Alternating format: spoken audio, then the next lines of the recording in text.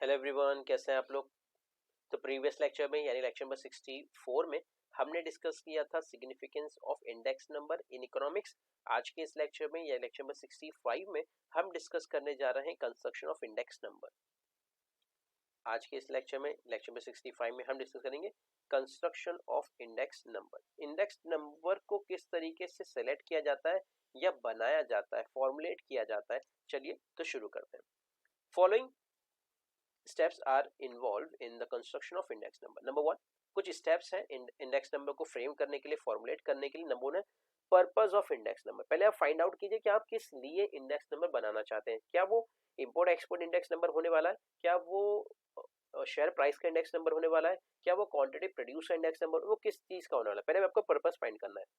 The purpose for construction the index number, its scope as well as its variable is intent to be measured should be clearly decided to the achieve the fruitfulness या fruitful result। यानी कोई भी researcher, कोई भी mathematician जब भी कोई study करना चाहता है, कोई रिसर्च करना चाहता है, तो उसके लिए उसे डेटा चाहिए होता है। तो वो डेटा को गैदर करने के लिए, उस पर्टिकुलर स्टडी या रिसर्च को स्टार्ट करने से पहले अपना पर्पस क्लियर करना चाहिए कि भाई वो इंडेक्स नंबर उसे क्यों चाहिए, उसे कोई प्रॉब्लम सॉल्व करना है या सिर्फ उसको स्टडी करना है या सिर्फ और सिर्फ एक ओवरव्यू करना है। इन सभी बातों का उसे ध्यान रखना पड़ेगा। तो पहले पर्पस क्लियर हो जाए, उसके बाद हम आगे बढ़ेंगे स्टेप नंबर 2 पे, selection of the base year. अब हम कंपेयर करेंगे। अभी हमने आपको कंपेयर करके दिखाया था, यदि हम कंपेयर कर रहे थे 2010 को 2020 से। यस, तो आपको कंपैरिजन के लिए कुछ चाहिए ना। हम 2020 में 10,000 यूनिट्स हमने किसी चीज का प्रोड्यूस किया, 10,000 केजी हमने राइस का चमचा प्रोड्यूस किया। अब आपको समझना पड़ेगा ये अच्छा है बुरा है। कैसे पता चलेगा? जब आप उसे कंपेयर करेंगे किससे, प्रीवियस ईयर से, अपने बेस ईयर से। ये है आपका करंट ईयर, ये है आपका बेस ईयर। ठीक है, बेस ईयर हमारा लेट से वो था 15,000। तो 15,000 किलो आप राइस कल्टीवेट कर रहे थे, चावल उगा रहे थे 2010 में। अब 2020 में वो हो गया है 10 किलो। तो आप बताइए अच्छा हुआ क्या बुरा हुआ? ऑब्वियसली हमारी इकोनॉमी के साथ, प्रोडक्शन के साथ कहीं ना कहीं कोई ना कोई गड़बड़ हुई है, जिसकी वजह से हमारा प्रोडक्शन कम हो गया है। ठीक है, ये आपको कैसे पता चला? आपने कंपेयर किया। कंपेयर किसको किया? करंट ईयर से कंपेयर किया। किसको? बेस ईयर को। तो आपने करंट ईयर कंपेयर किया बेस ईयर से, तो ये हमारा बेस ईयर एग्जाम्पल के तौर पे हमने लिया है। ऑब्वियसली 2020 को हमने 2010 से कंपेयर किया। तो स्टडी करने के लिए, कंपेयर करने के लिए आपके पास बेस ईयर होना ही चाहिए, बेस ईयर होना ही चाहिए। क्लियर? करंट ईयर को कंपेयर किससे कर रहे हैं? बेस ईयर से। डन, चलिए पढ़ते हैं। Base year is also called as the reference year. Base year को क्या नाम से जाना जाता है? बेस ईयर को करंट ईयर, रेफरेंस ईयर के नाम से भी जाना जाता है। It is the year against which the comparison are made, जिससे हम कंपेयर करते हैं। जैसे भी हमने आपको कंपेयर करके दिखाया, 2020 को 2010 से हमने कंपेयर किया। The base year should be normal. अब बेस ईयर क्या होना चाहिए भाई? नॉर्मल होना चाहिए। अभी नॉर्मल का मतलब क्या? एबनॉर्मल भी हो सकता है। यस, एबनॉर्मल भी हो सकता है। कैसे? देखते हैं। It should be free from natural calamities. It should not be too distance in the past. ऐसा नहीं हम कंपेयर कर सकते कि भाई 2020 को हम कंपेयर कर रहे हैं 1920 से, ऐसा तो नहीं होना चाहिए। फ्री फ्रॉम नेचुरल क्लाइमिटीज का मतलब क्या? कि भाई उस साल में कोई ज्यादा सैलाब, तूफान, बाढ़, सुनामी ना आई हुई हो। ऑब्वियसली अगर आपने कंपेयर किया कि भाई 2010 से आपने कंपेयर किया था यार, तो वहां पे 15,000 केजी हमने राइस कल्टीवेट किया था। ठीक है, और ये यहाँ पे सिर्फ 10,000 ही बचा। ऐसा क्यों हुआ? क्योंकि हमारे पास 2010 में बहुत सारी बाढ़ आई हुई होंगी, बहुत सारी चीजें हुई होंगी या नहीं हुई होंगी। तो हमें ये अज्यूम कर लेना है कि भाई हम जो भी बेस ईयर लेंगे वो फ्री होगा, उसमें एक्चुअल में उस साल का जो परफॉर्मेंस है वो निकल के आ रहा है, ना कि कोई दूसरी चीज। ठीक है, तो इस पॉइंट से हमें क्या पता चला कि हम कंपैरिजन जो करेंगे वो बेस ईयर जो लेंगे, तो बेस ईयर ना ही बहुत ज्यादा दूर का होना चाहिए और ना ही बहुत ज्यादा नेचुरल क्लाइमिटी से भरा हुआ होना चाहिए। यानी बाढ़, सैलाब, तूफान, अगर हमने एग्जाम्पल के तौर पे अगर हम कंपेयर करेंगे 2023 को एग्जाम्पल के तौर पे आपको बता रहे हैं 2020 से, तो आपको क्या लगता है कि कौन सा साल आपको ज्यादा खुशहाल लगेगा, जहाँ पे ज्यादा राइस का कल्टीवेशन हुआ होगा, जहाँ पे इकोनॉमिक ग्रोथ ज्यादा हुआ होगा? आप बोलेंगे सर वो तो 2023 में ही हुआ होगा, क्योंकि 20 में तो हमारी कंट्री में कोविड चल रहा था, पूरी दुनिया में कोविड चल रहा था, हर कंट्री बनता, हर दुकान बनता, हर इंडस्ट्री बनता, तो इससे नुकसान हो रहा था लोगों को, है ना?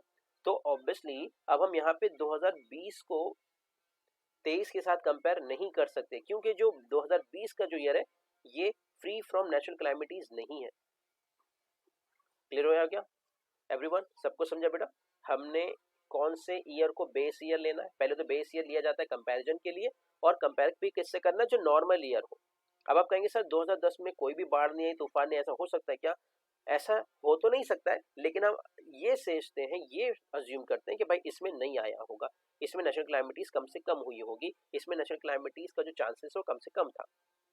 ठीक है, तो ये पॉइंट नंबर 2 हमने पढ़ा कि भाई हम बेस ईयर सेलेक्ट करेंगे। पॉइंट नंबर 3 है सिलेक्शन ऑफ आइटम। अब हम किस साल में कंपेयर करेंगे, किससे कंपेयर करेंगे? पॉइंट नंबर 2 में हम डिस्कस किया।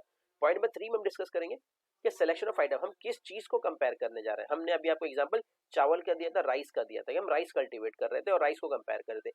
It is necessary to select the sample of the number of items to be included in the construction of particular index. हम क्या कंपेयर कर, या तो प्राइस इंडेक्स होगा, याद आ रहा है आपको? अरे हम प्राइस को कंपेयर कर रहे थे, आइटम क्या था? प्राइस टू प्राइस कंपेयर कर रहे थे। या तो हम क्वांटिटी कंपेयर कर रहे थे, क्वांटिटी टू क्वांटिटी, 10,000 से 20,000 को कंपेयर कर रहे थे। या तो हम वैल्यू को कंपेयर कर रहे थे। कोई ना कोई चीज तो होनी चाहिए ना कंपेयर करने के लिए। Yes, for example the construction of price index number, it is impossible to include each and every commodity. जब हम प्राइस इंडेक्स की बात करते हैं तो हर चीज की प्राइस इंडेक्स की, हमने हमारे देश में जितना भी गुड्स बन रहा है, जितनी भी प्रोडक्ट बन रहा है, सबकी एक इंडेक्स बनाई जाए। आपको क्या लगता है पॉसिबल है कि इसको इंडेक्स में लिख देना, एक लिस्ट बना लेना, एक ट्रायल बैलेंस बना देना? तो ऑब्वियसली एक देश में जितना भी प्रोडक्शन हो रहा है उसकी लिस्ट बनाना इम्पॉसिबल है। तो हम क्या करते हैं? तो हमें इंडेक्स नंबर हेल्प करता है ये इस काम को शॉर्ट करने के लिए, इस काम को आसान के लिए। कैसे? The commodities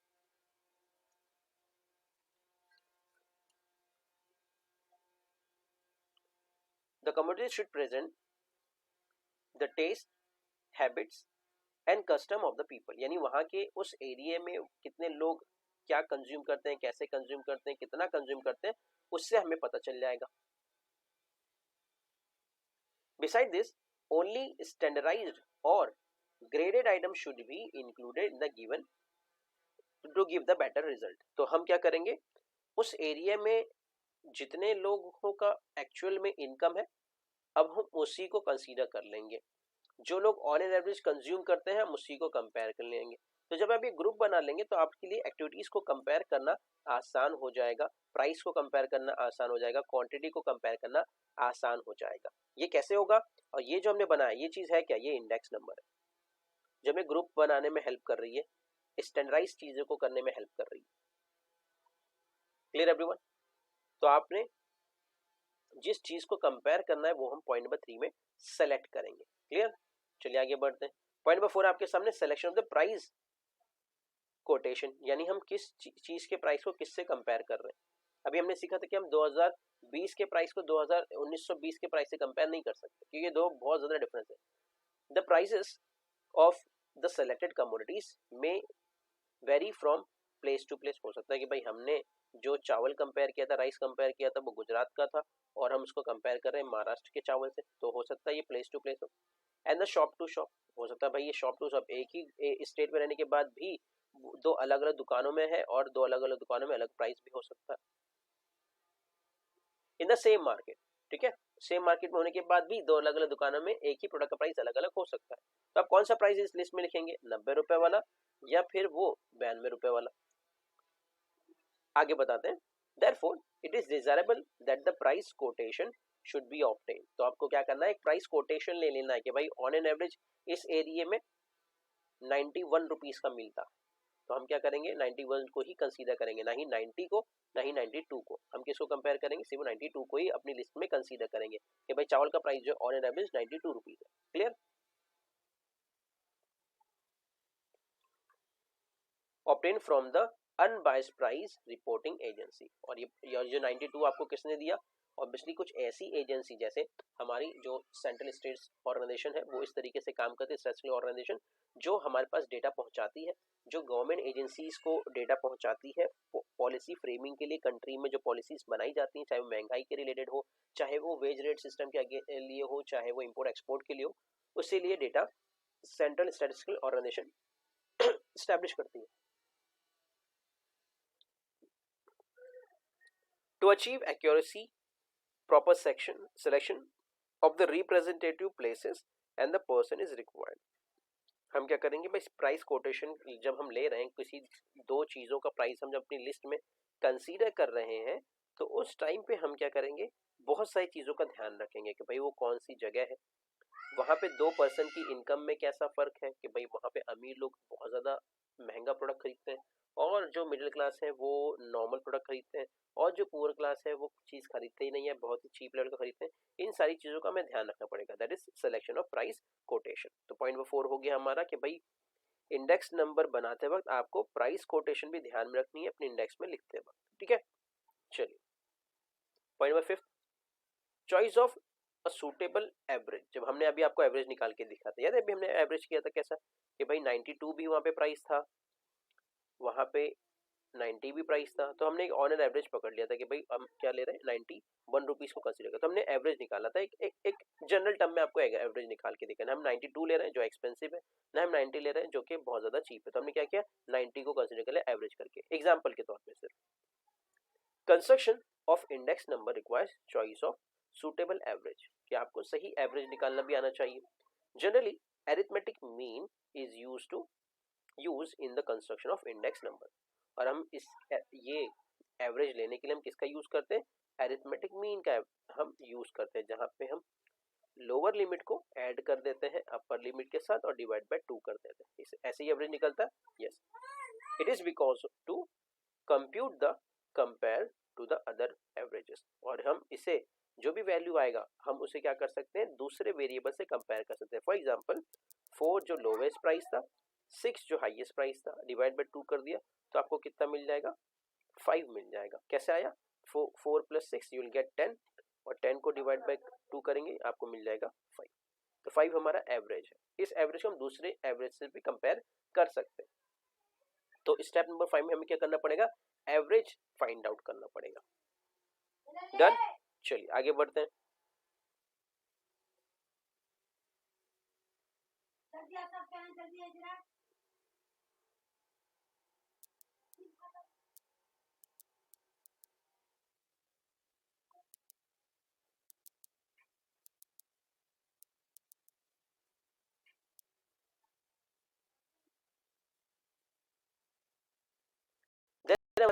assigning proper wait, हम क्या करेंगे, चीजों को प्रॉपर वेट देंगे, मतलब कौन सी चीज को पहले रखा जाएगा, फिर उसके बाद दूसरी चीज को रखा जाएगा, फिर उसके बाद तीसरी चीज को रखा जाएगा, कौन सी चीज को कहां पे रखा जाएगा, that is assigning proper weight, ठीक है।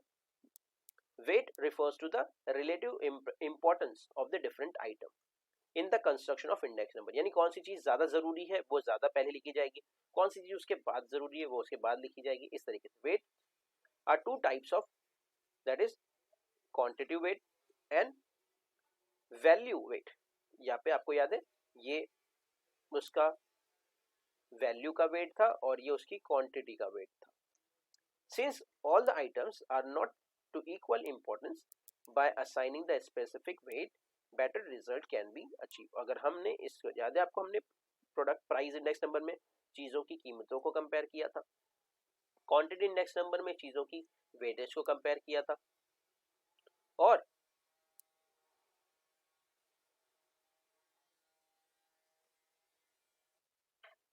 हम कंपेयर कर रहे थे वैल्यू इंडेक्स नंबर में चीजों की वैल्यूज को, ठीक है। तो अब हमने क्या किया कि भाई जो चीज पहले ज्यादा जरूरी है पहले उसे लिखा जाए प्राइस इंडेक्स को, फिर क्वांटिटी को और फिर उसकी वैल्यू को, तो हमने वेटेज के हिसाब से इसको कंसीडर कर लिया, ठीक है। तो हम वेट असाइन करेंगे कि कौन सी चीज पहले ज्यादा जरूरी है, ठीक है। चलिए point number 7, selection of N appropriate formula. अभी आपको फॉर्मूला भी लगाना, अभी हमने अरिथमेटिक का फॉर्मूला पढ़ा था कि अरिथमेटिक मीन क्या है, अरिथमेटिक मीन के लिए एक सिंपल फॉर्मूला लगा दे, lower limit plus upper limit divide by 2, ये हमने अरिथमेटिक फॉर्मूला लगा दिया अपने हिसाब से कि भाई हमने किसी चीज का भी एवरेज निकालना है तो क्या करते हैं, उसकी लोअर लिमिट को और अपर लिमिट को ऐड कर दिए जाते हैं। Various formula are devised for the construction of index number. बहुत सारे फॉर्मूलाज होते हैं इंडेक्स नंबर में। Choice of a suitable formula depends upon the purpose of index number and availability of data. अब हम कौन सा डेटा यूज करेंगे, क्या हम उसमें क्वार्टाइल परसेंट डेसाइल यूज करेंगे, क्या हम उसमें index number use price index use करेंगे, क्या हम उसमें क्वांटिटी इंडेक्स यूज करेंगे, ये डिपेंड करता है कि कैसा डेटा दिया। अगर आपको चीजों की प्राइस दी हुई तो obviously price index number use करेंगे। तो डेटा कैसा अवेलेबल है, चीजों की कीमतों का, कि भाई 10 रुपया 20 रुपया 30 रुपया इस तरीके से प्राइस अवेलेबल, तो हम प्राइस इंडेक्स नंबर अप्लाई करेंगे। लेकिन आपको 10 किलो 20 किलो 30 किलो दिया हुआ है तो आप क्या अप्लाई करेंगे, क्वांटिटी इंडेक्स अप्लाई करेंगे। क्लियर हो गया। तो कौन सा डेटा, कैसा डेटा आपको प्रोवाइड किया गया है, उसी के बेसिस पे हम अपना जो है वो एक फॉर्मूला इस्टेब्लिश करेंगे या फॉर्मूले को यूज करेंगे। Clear everyone. तो ये था, हमने पढ़ा सिलेक्शन ऑफ या construction of index number. Index number को स्टैब्लिश करने के लिए, कंस्ट्रक्ट करने के लिए कौन से चीजों का ध्यान रखा जाता है। तो पॉइंट नंबर हमने पढ़ा, सबसे पहले हम पर्पस क्लियर करेंगे। पॉइंट नंबर 2 हमने पढ़ा कि सिलेक्शन ऑफ बेस ईयर, हम बेस ईयर को कंपेयर करेंगे कि भाई करंट ईयर को बेस ईयर से कंपेयर किया जाएगा। पॉइंट नंबर 3 हमने पढ़ा कि भाई सिलेक्शन ऑफ आइटम्स, हम क्वांटिटी इंडेक्स को या प्राइस इंडेक्स को कंपेयर करेंगे। पॉइंट नंबर 4 में हमने पढ़ा प्राइस कोटेशन, किस चीज का प्राइस कितना होगा, हम एवरेज निकालेंगे उसका। फिर हम उसके बाद उसके लिए सूटेबल एवरेज निकाला पॉइंट नंबर 5 में। पॉइंट नंबर 6 में हमने देखा कि भाई हर चीज का प्रॉपर वेट होगा, जो चीज जिसका वेट जैसा होगा उसको वैसे इंपॉर्टेंस दिया जाएगा। और फिर पॉइंट नंबर 7 में हमने सीखा कि भाई एक फॉर्मूला अप्लाई कर देंगे और एक आंसर इंडेक्स नंबर का फाइंड आउट कर लेंगे। तो इससे होगा हमारा पूरा स्टेप्स या कह लीजिए construction of index number. So I hope आपको construction of index number clear हो गया होगा। ये आपको और अच्छे से समझेगा जब हम इसके प्रैक्टिकल एक जो क्वेश्चंस आपको दिए, इलस्ट्रेशंस दिए, वो हम इसके सॉल्व करेंगे। तो मिलते हैं नेक्स्ट लेक्चर में। जब तक के लिए keep learning, keep growing, keep smiling. Thank you very much and of course good bye.